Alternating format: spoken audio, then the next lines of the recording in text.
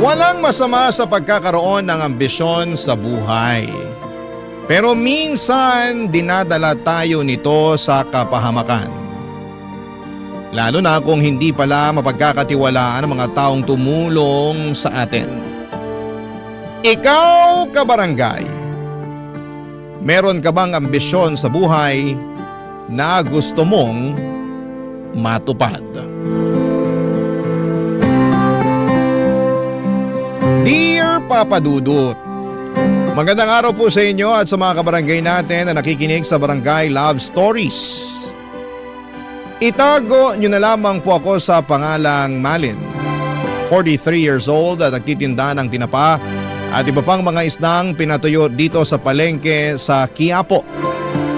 Tuwing tanghali ay hindi talaga mawawala ang pakikinig namin sa inyong programa at masasabi ko na naging parte na kayo ng araw-araw naming pagtitinda, Papa Dudut. Magkahalong saya at lungkot ang nararamdaman ko sa tuwing nakakapakinig ng mga kwento na ibinabahagi ng mga kabarangay natin. Isang araw ay naisip kong magpadala ng sarili kong istorya sa inyong istasyon. Buti na lamang at tinulungan ako ng anak ko para makapag-email sa inyong programa. Magsisimula ang kwento ko taong 2000 kung kailan 18 anyos pa lamang ako nang dalhin ng tiyahin ko dito sa Maynila mula sa probinsya namin sa Aklan. Bata pa lamang ay pangarap ko na talagang makatungtong sa lugar na ito dahil marami akong mga magagandang kwento na naririnig at nababasa tungkol sa Maynila. Pero dahil mahirap lang ang buhay namin sa probinsya ay natakot ako na baka hanggang pangarap na lamang ang lahat. Buti na lamang at minsang umuwi doon ang tiyahing ko na kapatid ng nanay ko para magbakasyon. Doon nakita at naranasan niya ang hirap ng buhay namin. Maswerte kasi siya dahil may negosyo siya ritong malaking sari-sari store at bakery dahil naglakas loob siyang lumuwas upang makipagsapalaran at magtrabaho noong kaedad ko lamang siya. Dito na rin siya nakapag-asawa kaya hindi ko mapigilang humanga sa kanya, Papa Dudut.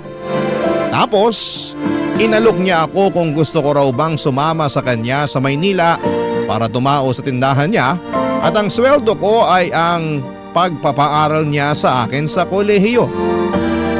Siyempre hindi na ako tumanggi at agad kong sinunggaban ang opportunity na yon, Papa Dudut.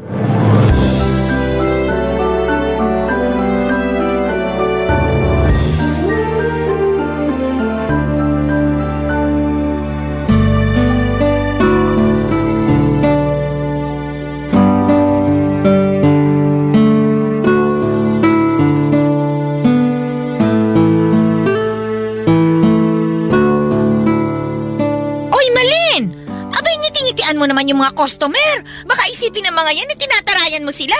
Hala, nginingitian ko naman po sila, Chang. Mabuti, pero kausapin mo pa rin. Para naman maging close mo. Mga suki ko na yan, mga yan eh. Dito lagi bumibili sa tindahan ko. Minsan nakikipagkwentuhan talaga yung mga yan. Oo nga po eh. Kaso hindi ko naman maintindihan yung iba nilang kwento. Basta na lang kasi sila nagsasalita tapos nagsasabi pa ng kung ano-ano. Abay, sakyan mo na lang. Ganun talaga yung iba eh. Baka walang kausap sa kanila. Kaya kung kani-kanino na lang nagkukwento. Pag nagkwento sa'yo, sagutin mo. Para lang kunwari nakikinig ka sa kanila. Aalis din naman yung mga yun. Sige po. Susubukan ko na po na mas makinig sa kanila. Ganyan talaga. Bawal dito sa tindahan ko yung hiya-hiya. Hindi ko lang po kasi mapigilan. Pakiramdam ko kakainin ako ng buhay ng ibang customer. Lalo na yung mga lalaki. Ha? Bakit naman? Kasi po kung makatingin para akong hinuhubaran eh. Sobra ka naman sa hinuhubaran. Baka naninibago lang sa'yo kasi nga bagong salta ka dito eh. Kahit siguro ako yung customer na makakita sa'yo, titinan din naman kita mula ulo hanggang paa. Ganun po ba talaga yung mga taga Maynila? Ano bang pinagsasasabi mo dyan? Yung grabe makatingin. Ay, hindi ka ba nakikinig? Siyempre, naninibago sa'yo kaya ganun yun. Pag nasanay naman sila sa pagmumukha mo, hindi ka na nila papansinin. Pasensya na po kasi naninibago lang din ako. Ay, alam ko naman yon. Pero sabi ko nga sa'yo, bawal dito sa tindahan ko yung hiya-hiya. Hindi lang naman dito sa tindahan ko, no? Kundi sa buhay na rin. Alam mo ba, dumaan din naman ako sa edad mong yan nung araw. At aaminin ko ha, medyo mahihiyain din ako. Lalo na nung bagong salta lang ako rito sa Maynila. Pero sinantabi ko yung hiya na yun. Kinapalan ko yung mukha ko para makapaghanap ng matinong trabaho at kumita ng pera. Tapos, nilakasan ko lang din ang loob ko na talagang makipagsapalaran sa negosyo. Kaya nga naitayo ko tong tindahan at bakery ko eh. Mahirap po ba? Mahirap ang ano? Yung pinagdaanan nyo nung araw? Abay oo naman! Sobrang hirap! Palagi nga akong umiiyak nun kasi may pagkabalat sibuyas ako. Lalo na pag pinagagalitan ako ng amo ko nung nagtatrabaho ako sa karinderya bilang dishwasher at servidora. Naku po! Ang sama-sama ng loob ko talaga sa kanya. Pakiramdam ko, pinahihiya niya ako nun sa ibang mga customer namin. Pero napagtanto ko na pinangangaralan lang niya pala ako. Pinagsasabihan niya lang ako ng dapat at hindi ko mga dapat gawin para matuto ako. Aba, simula noon, tinandaan ko lahat ng mga sinabi niya at dinala ko yun sa puso ko hanggang ngayon. Ang galing nyo naman po. Abay, oo naman. Kasi nga, tinapangan ko. Tinatagan ko yung loob ko. May gusto kasi akong patunayan sa sarili ko noon. Ayokong umuwi sa probinsya natin ng talunan. Na walang napapala sa pagluwas ko rito sa Maynila nung araw. Kaya nga dapat ganun ka rin. Partida pa ha. Hindi pa ako nakapag-aral ng kolehiyo noon. Ikaw nga napakaswerte mo kasi pinag-aaral kita. Kaya nga po nagpapasalamat ako sa inyo ng husto. Walang anuman yun. Sadyang naawa lang talaga ako sa nanay mo. Kasi nga, sobrang hirap ng buhay ninyo sa probinsya natin eh. Nanay mo rin naman kasi ang may kasalanan. Hindi sumama sa akin dito nung araw at mas piniling manatili dun sa lugar natin. Kesyo, ayaw daw niya rito, magulo raw at ayaw raw niyang iwan yung magulang namin. Yan, tinamang napala niya. Nakapag-asawa ng mahirap at nagtitinda na lang ng tinapa para mabuhay. Wala naman po sigurong masama sa pagtitinda ng tinapa. Marangal naman pong trabaho yun, Chang. Marangal nga, pero mababa ang kinikita. Maliit. Kaya kayo isang kahig, isang tuka eh. Simula ngayon, dapat baguhin mo na yung pag-iisip mo. Dapat, kung magkakaroon ka ng ambisyon, abay taas-taasan mo na. Nagkakaintindihan ba tayo? Opo, naiintindihan ko po lahat ng mga sinabi nyo. Ay, mabuti naman. Ayoko sa lahat yung mahina ang kukote at saka mabagal umintindi. Ayusin mo ha. Binida pa naman sa akin ng nanay mo na matalino ka raw. Pangako po na aayusin ko na yung pagtatrabaho ko rito at saka yung pag-aaral ko po. Mabuti naman. Dapat lang. Wag na wag mong sasayangin ang oportunidad dahil minsan lang yan kung dumating sa buhay natin.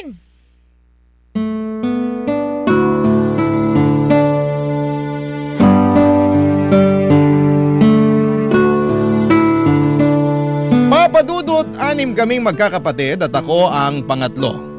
Mangingisda ang trabaho ng tatay namin samantalang nagtitinda naman ang tinapa si nanay.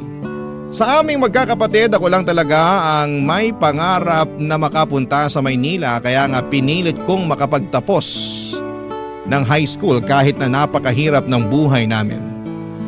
Bata pa lamang ay tumutulong na ako kay nanay sa pagtitinda ng tinapa para kahit papaano ay may pambaon ako. Sa kabila ng lahat, isang kahig at isang tuka pa rin ang pamumuhay namin. Kaya nga malaki ang pasasalamat ko sa tiyahing ko na sumalba sa akin sa sitwasyong kinakalagyan ko sa probinsya namin. Pakiramdam ko ay binigyan niya ako ng panibagong pag-asa na magpatuloy sa buhay at mangarap ng malayo katulad niya. Strikta si Tia at kahit na pamangkin niya ako ay tauhan lang din ang trato niya sa akin. Katulad ng isa ko pang kasamahang tendera. Wala pong special treatment kumbaga dahil gusto raw niyang matutunan ko ang mga bagay sa Maynila at paghirapan ng bawat sentimo na ginagastos niya sa pagpapaaral at pagpapakain niya sa akin. Wala namang kaso yon dahil alam kong hindi pinupulot ang pera, papadudot. Ang moto nga ng tiyahing ko sa buhay ay isang malaking kasalanan ang mamatay na mahirap. Hindi nagtagal ay naging motto ko na rin yon sa buhay. Habang nagtatrabaho ako sa tindahan ay pumapasok ako sa isang university sa Maynila at kumuha ako doon ng kursong may kinalaman sa pagnenegosyo. Dahil gusto kong magtagumpay sa larangan na yon pagdating ng araw. Kapag walang klase ay abala naman ako sa pagtatrabaho sa tindahan ng tiyahing ko at kahit na nakakapagod ay iniisip ko na lamang na magbubunga rin ang lahat ng pinaghirapan ko pagdating ng panahon. Sabi nga ng nanay ko ay hindi naman sa lahat ng araw ay nagtatanim tayo. Darating din daw ang takdang panahon na aanihin natin ang lahat ng tinanim natin. At yun lang ang palagi kong iniisip. Kaya nga nagsikap talaga ako sa pag-aaral at nagsipag sa pagtatrabaho, Papa Dudut.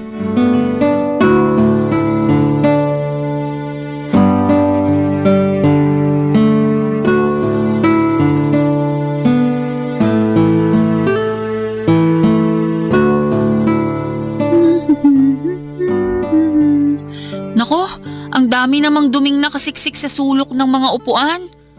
Buti na lang naisipan kong magwalis. Kung hindi, baka makita pa to ni Chang. Anong makikita ni Mama? Sa gwapo kong to? Mukha akong butiki sa'yo. Hindi ko naman sinasadya, Jordan. Nagulat lang kasi ako dahil nandyan ka pala. Akala ko nandun ka sa kwarto mo. Kanina yon. Nagutom ako kaya lumabas ako. Kukuha sana ako ng pagkain sa ref kaso nakita kitang nakatuwad dyan. Anong nakatuwad? Ay, mali. Sorry, hindi ka pala nakatuwad. Hindi naman talaga. Pero nakaano ka? Ano, yung pinapakita mo yung balakang mo. Tsaka... Wala akong pinapakita, nagwawalis ako. Nagwawalis ka. Kitang-kita ko tuloy yung malaki mong balakang. Ha? Ang bastos mo naman? Di bastos yun, no?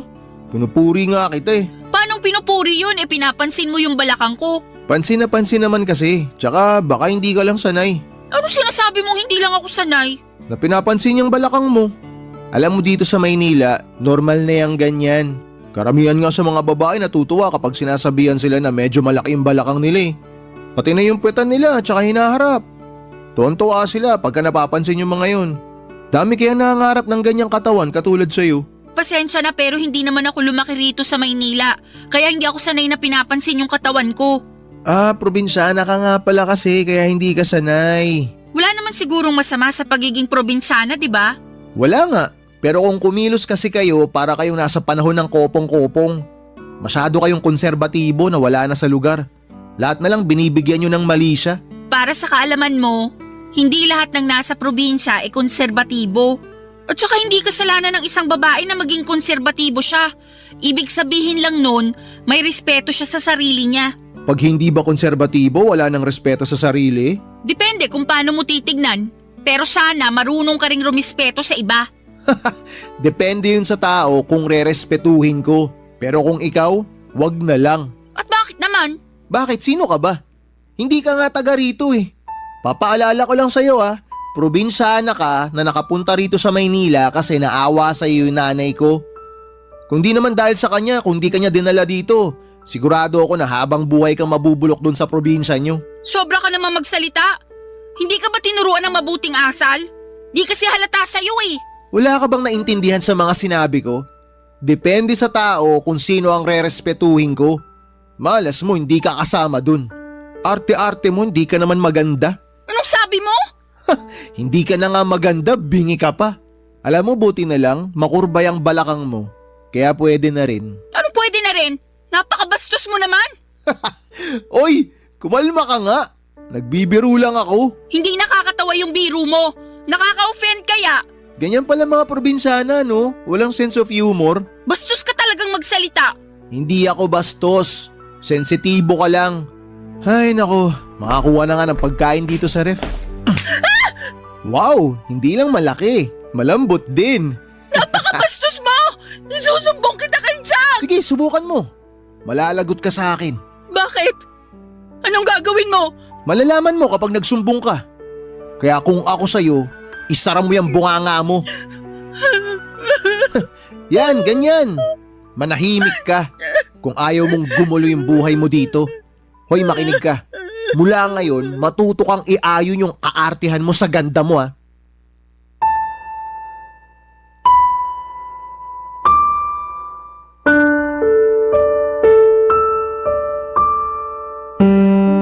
Papa Dudut, may 2 anak na lalaki ang tiyahing ko at si Jordan ang panganay. Nasa 3 taon na siya noon sa kolehiyo at sa parehong eskwelahan kami nag-aaral. 21 years old na ang pinsang kong yon. Malaking lalaki po si Jordan kung ilalarawan ko. May itsura pa at hindi ko gusto ang galawan lalo't may pagkamayabang ito. Napapatanong nga ako sa sarili ko noon kung ganon talaga ang mga kalalakihan na pinanganak at lumaki sa Maynila. Yun bang presko ang ugali at may pagkahambog? Hindi naman sa nilalahat ko, Papa Dudut, pero ilan din sa mga kaklase ko, mapa lalaki man o babae, ay ganon ang pakikitungo sa akin. Sa totoo lang ay hindi ako komportable kapag nasa paligid ako ng pinsang kong si Jordan. Kakaiba kasi siyang tumingin at pakiramdam ko ay binabantayan niya ang bawat galaw ko. Noong una iniisip kong baka gusto lamang niya akong makilala ng mas malalim dahil nga sa magpinsan kami. Kaya nga lang habang tumatagal ay kinukutuban ako ng hindi na maganda sa kanya. Sa kabila ng lahat ay pinilit kong isantabi ang nararamdaman kong yon dahil ayaw ko siyang pag-isipan ng masama. Kahit minsan na nga na nabastos niya ako, Papa Dudut. Barangay Love Stories. Barangay Love Stories. Papa Dudut, may 2 palapag ang bahay ng tiyahin ko. At may maliit akong kwarto sa bahay nila na nasa unang palapag. Habang nakatira doon ay nakatoka ako sa paglilinis ng bahay tulad ng paghuhugas ng pinggan, pagwawalis ng sahig at paglilinis ng CR bago ako pumasok sa eskwelahan o di kaya ay magtinda sa tindahan nila. Magkahiwalay ang tindahan at bahay ng tiyahin ko pero hindi naman malayo ang pagitan noon sa isa't isa. Nilalakad ko nga lang yon ng 3 minuto at nasa may bukana kasi yon ng barangay kung saan sila nakatira. Bale, ang pasok ko noon sa eskwelahan ay 5 araw na pare-parehong nagtatapos ng 3:00 ng hapon. Tapos nagjo-duty naman ako sa tindahan ng tiyahin ko bandang 4:00 hanggang 10:00 ng gabi. Umuuwi muna ako sa bahay nila para magpalit ng damit at magwalis ng sahig o di kaya ay maghugas ng pinggan. Pagka-uwi ko ng 10:00 ng gabi ay saka pa lamang ako mag-aaral kung may kailangang mapag-aralan o di kaya ay mag-aasikaso para makatulog na. Kaya lang isang gabi ay may nangyari na hindi ko po lubos na inaasahan.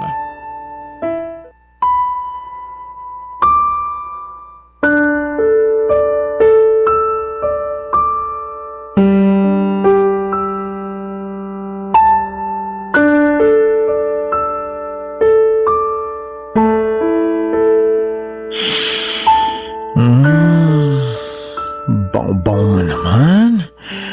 Ang sarap nito, halik-halikan. Ano ginagawa mo? Shhh! Huwag kang maingay. Mamaya may makarinig sa atin eh. Aray! Bakit mo ako tinadyakan? Nagtatanong ka pa talaga? Ikaw, bakit ginawa mo sa akin yan? Ginawa sa'yo ang ano? Yung pumasok dito sa kwarto ko, tapos hinahalik-halikan mo pa yung hita ko! Hoy, pwede ba hinaan mo yung bibig mo? Baka magising si mama at papa tapos kung ano pang isipin ng mga yun. Mabuti nga para malaman nila yung ginagawa mo! Sinabing huwag kang maingay eh. Ano ba? Bitawan mo ako! Tatanggalin ko lang tong kamay ko sa bibig mo kapag nangako ka sa akin na mananahimik ka na. Ano?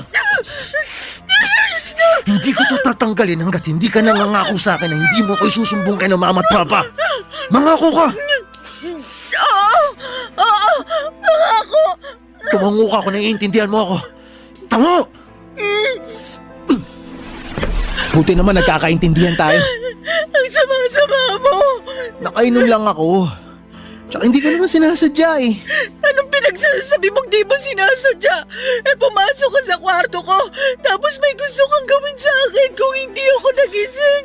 Ang sabi ko nga, nakainom lang ako. Wala naman akong gagawing masama sa'yo. Tsaka hindi ko sinasadya na pumasok dito sa kwarto mo. Aray. Grabe, ang lakas ng pagkakatadyak mo sa akin. Sakit ng tagiliran ko. Tulang pa nga yan! Dapat sa'yo sinusumbong sa mga magulang mo para malaman nila na meron silang manyakis na anak. Sinong manyakis? Sino pa ba? Eh di ikaw? Uulitin ko lang ha. Wala akong ginawang masama sa'yo. Tsaka ipapaalala ko lang na nasa bahay ka namin. Kung magsusumbong ka, sigurado ka bang maniniwala ang mga magulang ko sa'yo? Baka nakakalimutan mo kung sinong anak sa ating dalawa. Ang sama-sama mo! Masama na kung masama, wala akong pakialam. Pag nagsumbong ka kay mama, gagawin ko lahat, mapalayas ka lang dito sa bahay namin. Baka gusto mo bumalik sa probinsya nyo para magtinda ka na lang din ng tinapa kasama ng nanay mo. Siyempre hindi. Kaya nga ako sumama sa mama mo para magtrabaho rito kapalit ng pagpapaaral niya sa akin. Pero sana naman kahit probinsyana lang ako at mahirap lang ang buhay namin sa probinsya, matuto ka pa rin rumispeto. Hindi ka nga kasi karespe-respeto. Nakainom lang ako kaya dito ako pumasok sa kwarto mo.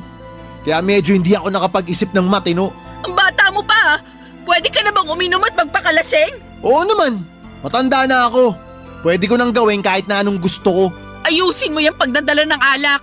Hindi yung imbis na sa tiyan mapupunta ay umaakit sa ulo mo kaya apektadong pag-iisip mo. Manahimik ka na, dami mong sinasabi. Totoo naman eh. Ay, pupunta na nga ako sa kwarto ko. Wala naman ako mapapala sa'yo. Umalis ka na at huwag ka nang babalik. Bakit naman ako babalik? Taas naman ang tingin mo sa sarili mo. Kala mo maganda ka? Pangit mo, tanga. Alis na sabi! Oo, eto na, alis na. Masyado ka namang atat. Eto, lalabas na nga oh. Sa susunod maglalak ka na ng kwarto mo ah. Bida-bida ka rin eh.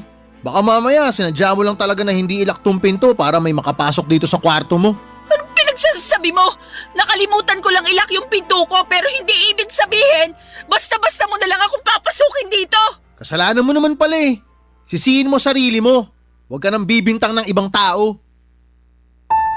Papa Dudut, siguro'y nakatulog na ako noon ng ilang oras nang mangyari ang pagpasok ni Jordan sa kwarto ko. Hindi ko na maalala kung nakakandado ko or nakandado nga ba ang pintuan pero mukhang hindi dahil sa sobrang pagod. Kaya siguro'y nakapasok na siya. Gulat na gulat ako at takot na takot dahil sa ginawa niya sa akin ng gabing yon. Nasa impluwensya pa siya ng alak at pinagbantaan pa ako na huwag magsumbong sa tiyahin ko kundi ay mananagot ako sa kanya. Ewan ko Papa Dudut pero para na lamang akong napipi at napatango na lamang sa kanya bilang pagsang-ayon ng gabing yon. Tapos ay kita ko sa pagmumukha niya na wala siyang pagsisisi. Tiningnan niya pa ako ng masama saka sarkastikong tumawa bago lumabas ng kwarto ko. Pagkalabas niya ng pintuan ay dali-dali ko yung kinandado sabay halukip-kip ng sarili ko. Tandang-tanda ko na hindi ako masyadong nakatulog ng maayos ng gabing yon. Hanggang mag-umaga sa takot na maulit pa ang mga nangyari, Papa Dudut.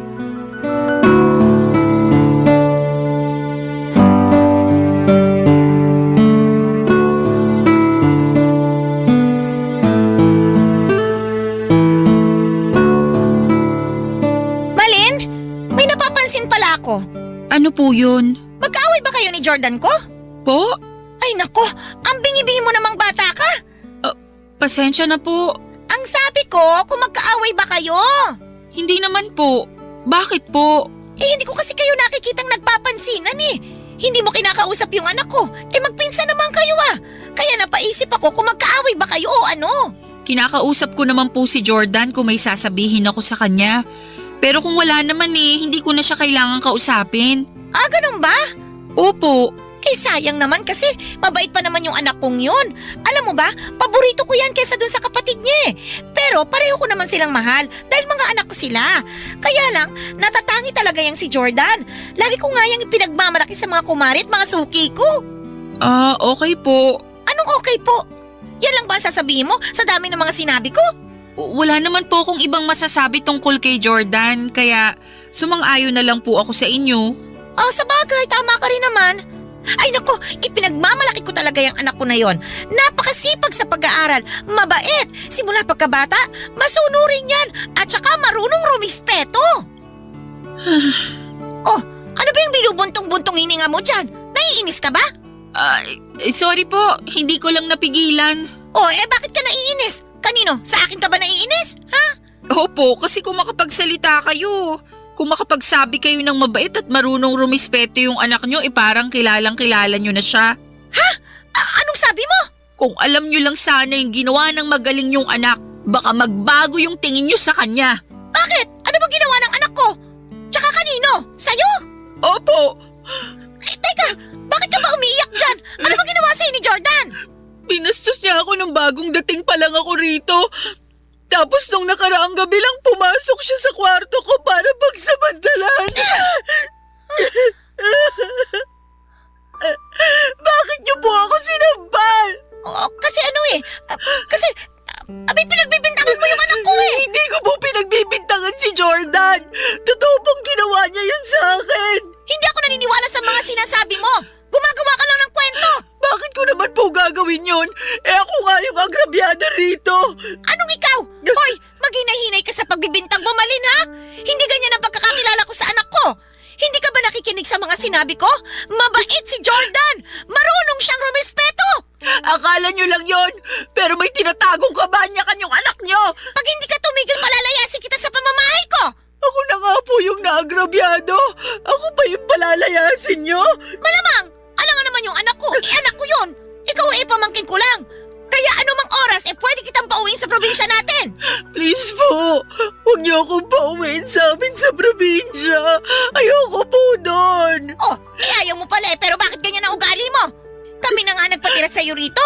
Sinisiraan mo pa yung anak ko. Abay, napakawalang utang na loob mo naman. Hindi ko po sinisiraan ang anak niyo. Paninirang puri yan. Tsaka, wala ka namang ebidensya eh. Sigurado ako na napanaginipan mo lang yon.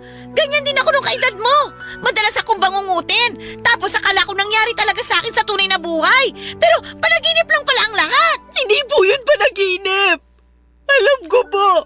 Sigurado po ako. Panaginip lang yon. Baka masyado ka lang pagod. Nung natulog ka, kaya na naginip ka ng masama.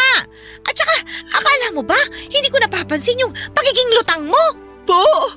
Ano naman pong kinalaman nun? Malaki! Kasi nakikita ko na napakabagal mo mag-isip. Kapag may mga customer tayo, hindi mo kaagad naaasikaso kasi nakatulala ka lang dyan. Siguro nga dahil puyat ka. Ayusin mo kasi yung tulog mo! Papa Dudut, hindi ko na napigilan ang bibig kong makapagsabi ng totoo para kontrahin ang mga sinabi ng tiyahing ko tungkol sa anak niya. Alam kong nangako ako sa pinsang ko na mananahimik pero sa tuwing nakikita ko siya sa bahay, ng tiyahin ko ay bumabalik yung mga kasalanan niya sa akin. Bukod doon ay mukha rin naman siyang hindi nagsisisi. Kaya nga hanggat maaari ay ginagawa ko ang lahat ng paraan para lamang hindi magkaroon ng interaksyon sa kanya. Pero imposible naman yon dahil nakatira kami sa isang bubong, kaya nga alam kong mapapansin ang tiyahing ko na iniiwasan ko si Jordan. At dahil tinanong na niya kung bakit ay nasabi ko na nga ang kadahilanan. Pero laking gulat ko nang magalit sa akin ang tiyahin ko. Tinawag niya akong sinungaling at inakusahang gumagawa ng kwento. Kaya naman nasaktan ako ng husto, Papa Dudut. Mas masakit pa yung naramdaman ko sa kaloob-looban ko kesa sa sampal na ibinigay niya sa akin, Papa Dudut. Barangay Love Stories. Barangay Love Stories. Papa Dudut, dahil sa mga nangyari ay nagbago na lang bigla ang pakikitungo sa akin ng tiyahin ko. Akala ko nga ay papalayasin na niya ako sa kanila pero hindi naman pala. Pinag-aral pa rin niya ako at nagtatrabaho pa rin ako sa tindahan niya. Pero lalo niya akong trinato na parang hindi na niya ako kaano-ano, kaya naman labis akong nalungkot, Papa Dudut. Inisip ko pa nga na sana nananahimik na lamang ako at pinalagpas ang ginawang kabastusan ng aking pinsan at sana'y hindi ko na lang sinabi sa tiyahin ko. Mabilis na lumipas ang 4 na taon nang makapagtapos na ako sa kolehiyo. Plano ko na noong maghanap ng ibang trabaho para makaipon ng pera at makabukod na, pero hindi naging ganon kadali ang pakikipagsapalaran ko sa paghahanap ng mapapasukan, kaya sa bahay pa rin ang tiyahin ko ako umuwi. Tumutulong pa rin ako sa tindahan niya nang walang bayad. Hindi na sa bahay nila nakatira si Jordan matapos nitong makipag-live-in sa girlfriend nito 1 taon pagka-graduate niya sa college. Kaya nga aminado ako na nakahinga ko ng maluwag dahil hindi ko nakasama sa iisang bubong ang manyakis kong pinsan. Isang araw ay nag-decide ang tiyahin ko kasama ang tiyo ko at anak nilang bunso na umuwi ng probinsya ng kanyang asawa sa Samar dahil meron daw emergency doon. Hindi ko na alam kung ano yung emergency pero sa akin nila ibinili ng bahay nila. Nabantayan ko raw hanggang makauwi sila. Wala naman problema sa akin yon lalo't 5 araw lang naman sila noon. Kaya lang nung huling gabi na nila sa probinsya ay umuwi na lang sa bahay si Jordan. Nalasing na naman. At ako kaagad ang pinagdiskitahan niya matapos ko siyang pagbuksan ng pinto. Tinulak niya ako sa sofa at agad na pinatungan. Pero bago pa siya may magawa sa akin ay natuhod ko na ang kanyang pagkalalaki. Tapos mabilis akong tumakbo sa kusina para kumuha ng kutsilyo sabay tutok sa kanya. Doon na siya nahimasmasan at nakipag-areglo sa akin. Nagsorry siya at nakiusap na ibaba ko na ang kutsilyo. Wala naman talaga akong plano na saksakin siya pero namumuro na siya ng mga panahong yon. Nagawa lang daw niya yon dahil nilayasan daw siya ng kinakasama niya pero hindi ko na siya pinakinggan. At agad akong nagkulong sa kwarto ko ng gabing yon. Kinabukasan ay maagang dumating si Tia sa bahay Papa Dudut.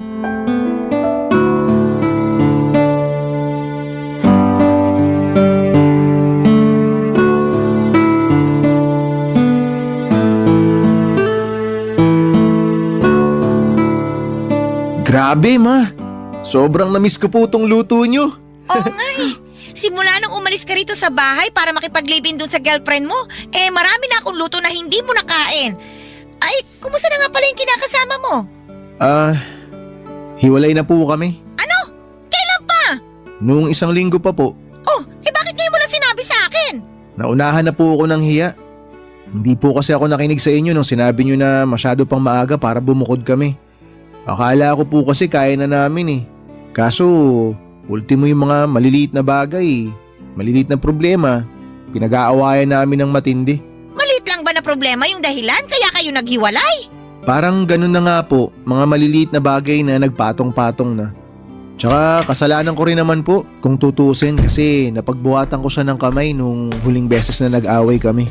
Good morning po, Chang. Oh, Malin, andyan ka lang pala sa kwarto mo. Bakit ngayon ka lang lumabas? Masama po kasi yung pakiramdam ko kaya… Weh, masama ang pakiramdam. Talaga lang ah. Baka ayaw mo akong makita kaya nagkukulong ka sa kwarto mo. Sinong gugustuhin makita yung pagmumukha mo pagkatapos ng ginawa mo sa akin kagabi? Sige nga! Uy, wala akong ginawa sa'yo kagabi ah. Wala pa pala sa'yo yung kamuntikan mo na naman akong pagsamantalahan dahil lasing ka at malungkot sa paghihiwalay nyo ng kinakasama mo? Ha? Saan naman ang galing yan? Teka nga Malin, ano ba yung pinagsasasabi mo dyan? Yang magaling yung anak ang tanongin ninyo kung anong ginawa niya sa akin nung bigla na lang siyang umuwi rito sa bahay niyo kagabi. Anong ginawa mo kay Malin? Wala akong ginagawa sa kanya ma. Oh, wala naman daw pala eh. Siyempre yun po talagang sasabihin niya. Kasi sino ba namang tao ang gumawa ng mali na aamin sa kasalanang nagawa niya? Wala naman po, di ba? Alam mo ikaw, maghinay-hinay ka sa pagbibintang mo sa anak ko ha? Pag hindi ako talaga nakapagtimpi, baka masampal na naman kita. Huwag niyo naman po sanang kampihan yung anak niyo, Chang. Natural, anak ko to eh. Malamang kakampihan ko siya. Kahit na gumawa siya ng mali, ikakampihan niyo pa rin dahil anak niyo? Ganun po ba yon? Hoy, wala akong ginawang mali sa'yo. Masyado kang imbento. Ikaw ang sinungaling! Ang kapal na mukha mong walang yaka. Ma, huwag ka maniwala sa babaeng yan. Sinisiraan niya lang ako sa inyo. Bakit ko naman gagawin yon? Anong mapapala ko?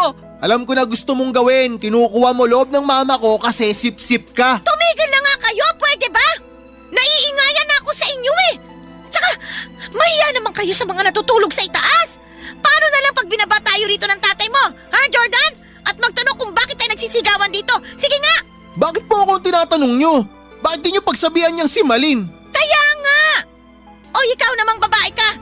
Ano ba talagang problema mo, ha? Bakit ba lagi mo nalang pinagbibintangan itong anak ko?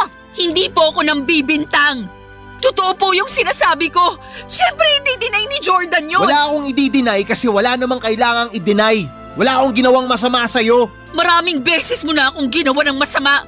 Pinsan mo pa naman ako, pero hindi mo na ako nirespeto. Hoy! Maghinay-hinay ka sa pagsasalita ng ganyan sa anak ko, ha? Baka nakakalimutan mo kung sino ka lang sa pamamahay na ito. Hindi ko po nakakalimutan at nagpapasalamat po ako kasi pinatira niyo ako rito sa bahay niyo at pinag-aral.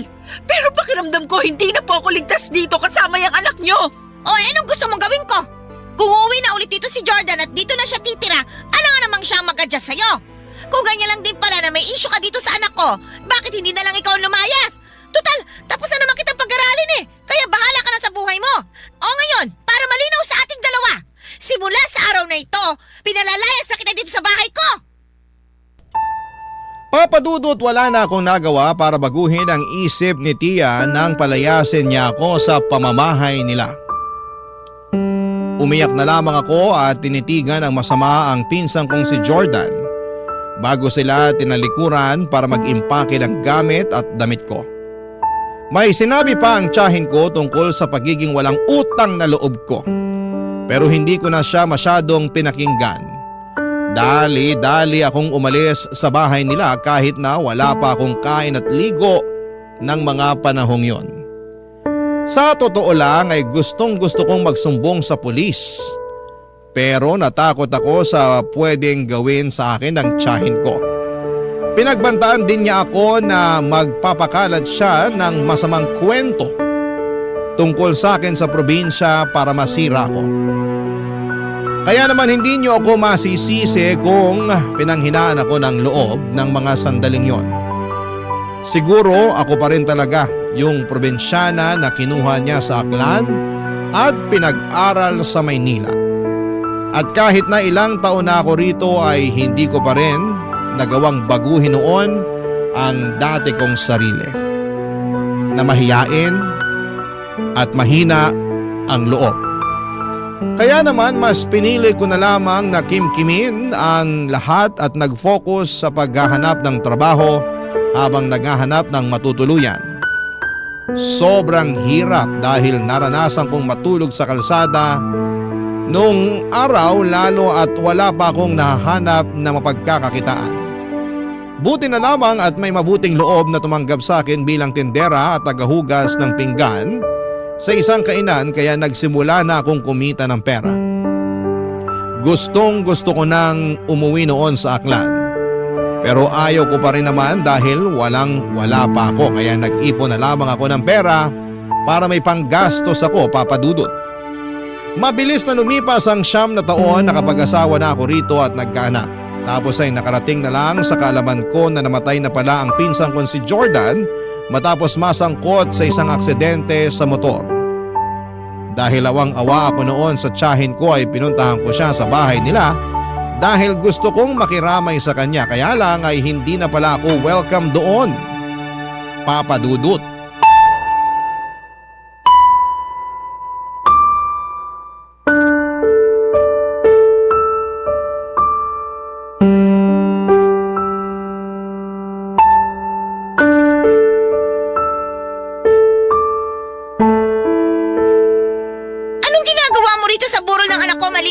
Gusto ko lang naman pong makiramay sa pagkamatay ni Jordan kaya nagpunta po ako rito. Pero alam mo ba na hindi ka na welcome sa pamamahay ko simula nung pinalayas kita? Kaya ewan ko na lang talaga sa kung anong klaseng kakapalan talaga na mukha ang meron ka para bumalik ka pa rito. Kung ano man po yung hindi natin pagkakaunawaan nung araw, kalimutan na lang po natin. Magkapatawaran na po tayo. At saka nandito ko kasi malungkot ako dahil wala na ang pinsan ko. Anong malungkot? Akala mo ba maniniwala ako sa sinasabi mong yan? Baka ang ibig mong sabihin masaya ka kasi sa wakas namatay na yung anak ko. Hindi po totoo yan. Hindi raw totoo, pero alam kong yun ang matagal mo nang gusto mangyari sa kanya. Kahit kailan hindi ko po hiniling na mamatay si Jordan. Kahit na ginawa niya ako ng masama. Saka hindi po ba kayo nakikinig? Kalimutan na natin yung nangyari noon at magkapatawaran na tayo. Napatawad ko na po si Jordan. Matagal na panahon na. Pwes, hindi ako ganun kadaling magpatawad, lalo na sa katulad mong walang utang na loob sa akin. Alam mo, nito ko lang napagtanto na may sa demonyo ka pala. Ano pong sinasabi niyo? Na anak ka namang kukulam, kasi may dala kang sumpa sa pamilya namin. Simula nung umalis ka, nagkanda leche-leche na yung buhay namin. Halos malugi na yung tindahan at bakery ko, at kulang na lang magsara na. Mabuti na lang kahit papano na ilaban ko, kaya nakakabalik pa rin sa akin yung puhunan ko kahit paunti-unti. Tapos mister ko, nagkasakit ng maluba, kaya kinailangan siyang operahan. Yung anak kong pangalawa, nakabuntis naman, kaya hindi nakapagtapos ng kolehiyo. Tapos ngayon, namatay naman si Jordan. Lahat yun, kasalanan mo.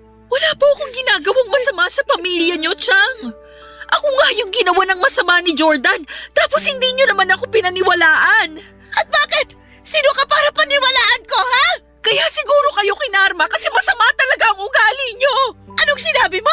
Sabi ko, masama talaga ugali niyo. Kunwari lang kayong concern kayo sa akin kaya tinulungan niyo ako makapunta rito sa Maynila at pinag-aaral. Pero sa huli, sinusumbatan niyo lang din ako. Kahit kailan, wala ka talagang utang na loob! Malaki po ang utang na loob ko sa inyo. Nire-respeto ko kayo bilang tiyahin ko at nagpapasalamat ako sa inyo ng husto dahil tinulungan niyo akong makapag-aral at makaalis sa probinsya namin. Pero sobra-sobra po yung kapalit nun sa akin. Wala po kayong alam kung paano ako nabuhay sa takot at kaba pag nasa paligid yung anak niyo. Simula nung ginawa niya ako ng masama. Tapos kayo na inaasahan kong magiging kakampi ko, hindi pa naniwala sa akin. Kung ano-ano rin pong masasakit na salita ang sinabi niyo sa akin na kinimkim ko lang sa dibdib ko kasi umaasa ako na mawawala rin yon. Kaya nga pumunta ako rito ngayon para makiramay sa inyo. Kaya lang pinapasama niyo na naman yung loob ko. Sana kasi hindi ka nalang pumunta dito eh. Sana hindi ka nagpakita sa akin. Kasi ayaw ko naman makita yung pagmumukha mo talaga. At kahit ano pang sabihin mo, hindi ako naniniwala na wala kang dalang malas. May sakampun ka ni Satanas. Kaya lumayas ka na ngayon sa harap ko. Hindi niyo na po ako kailangan palayasin. Dahil aalis po talaga ako. O ano pang hinihintay mo? Pasko? Bagong taon? Alis na! At wag ka nang magpapakita pa sa akin! Papa Dudut, pinagsisihan ko na po na pumunta pa ako sa burol ng pinsan ko matapos akong ipahiya at palayasin ng tiyahin ko. At kahit na hanggang makauwi ako sa bahay namin ay iyak ako ng iyak. Nagsumbong agad ako sa asawa ko at sinabi niya sa akin na huwag na raw akong magpakita sa tiyahin ko o bumalik pa sa bahay nila kahit kailan. Bagay na sinang-ayunan ko naman. Hindi ko lang mapigilang malungkot dahil sincere naman at seryoso ang pakikiramay ko sa kanya ng panahong yon. Pero siguro'y hindi na talaga kami magkakasundo pa. Nasaktan lang din ako noong sinabi niyang may dala akong kamalasan at sumpa sa pamilya nila samantalang ako na nga ang ginawa ng masama ng anak niya noon. At hindi niya ako pinaniwalaan kaya siguro'y nakarma sila. Pero hindi naman ako humiling noon. Baka kusa lang talagang binigay sa kanila yon ang kapanaran. Simula noon ay pinutol ko na nga ang ugnayan sa tiyahin ko at sa pamilya nila. Kung tatanungin ninyo ako, kung may balita pa ako sa kanila ay wala na po masyado. May naririnig po akong kwento mula sa iba naming kamag-anak na may sakit daw ang tiyahin ko pero hindi ko na po kinumpirma pa. Siguro may bahagi sa akin na natatakot nang magpakita sa kanya dahil baka sumbatan niya lang ulit ako at pagsalitaan ng masama at masakit. At ayoko na ulit na mangyari yon, Papa Dudut. Sa kasalukuyan, pamilya ko na lamang at negosyo ang iniintindi ko. Alam ko na hindi madali ang pinagdadaanan ko noong araw at sa kamay pa mismo ng kamag-anak ko. Pero nagpapasalamat pa rin po ako sa Diyos. Dahil hindi niya ako pinabayaan, Papa Dudut. Na sa tuwing nangyayari yon ay nililigtas niya pa rin ako.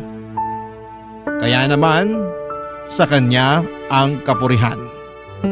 Hanggang dito na lamang po ang sulat ko, Papa Dudut. Maraming salamat po sakaling mapili po ninyong i-ere ang kwento ng buhay ko. God bless and more power sa Barangay Love Stories. Ang inyong forever kapuso at kabarangay, Malin. Barangay Love Stories. Barangay Love Stories. Anong say mo sa Barangay Love Stories na ito? Pagkwentuhan natin sa comment section yan. Nagustuhan ng iyong napakinggan? Ituloy yan via live stream sa www.gmanetwork.com/radio.